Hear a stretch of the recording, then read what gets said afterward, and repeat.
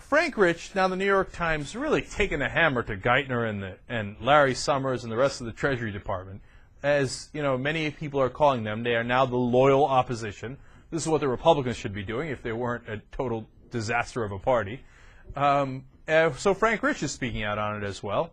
And he made a very good point, several points on Larry Summers. One, something we told you before, Larry Summers, just in 2008, and he's, remember, the top economic advisor to Barack Obama, made $5.2 million from a hedge fund called D.E. Shaw.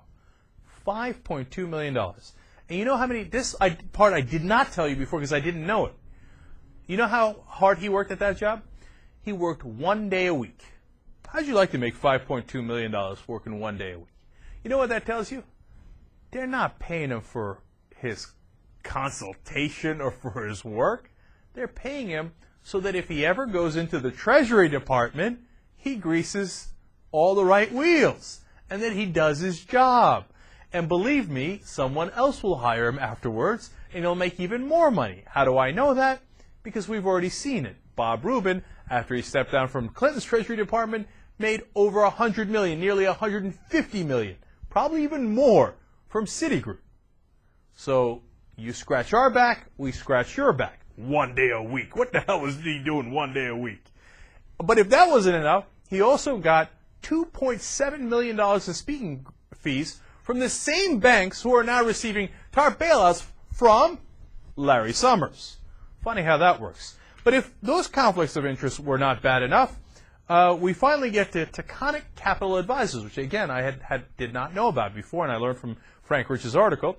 Well, it turns out while Larry Summers was the dean of Harvard, he was actually consulting for Taconic Capital Advisors on the side between 2004 and 2006. First, a small side note, a wonderful piece of hypocrisy here.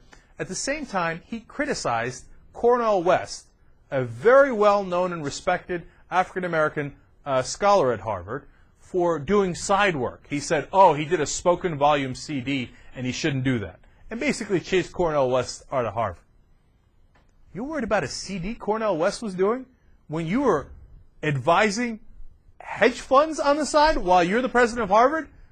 Man, if that's not hypocritical. But that would be a small and funny side note. Now, here's the real problem. Now, when he becomes the top advisor to Barack Obama economically, Larry Summers, who does he try to put in charge of running the entire TARP bailout program? You're going to be shocked, so I hope you're sitting. The co-founder of Taconic. Huh. Funny how that works. So when you hear me say Obama's getting questionable advice from Larry Summers and Tim Geithner, you can see where this is coming from. And I'm disappointed that Obama cannot see where it's coming from. Or if he does see it, for him to say, oh yeah, I guess this guy made millions of dollars from these guys, and he wants them to be in charge and wants to protect their ass, and that's hunky-dory with me. Or he doesn't see it. But he's got to get a different group of advisors that lets him know what Larry Summers and the rest of them are up to. Because these guys do not have the best interests of the American people in mind, if you ask me.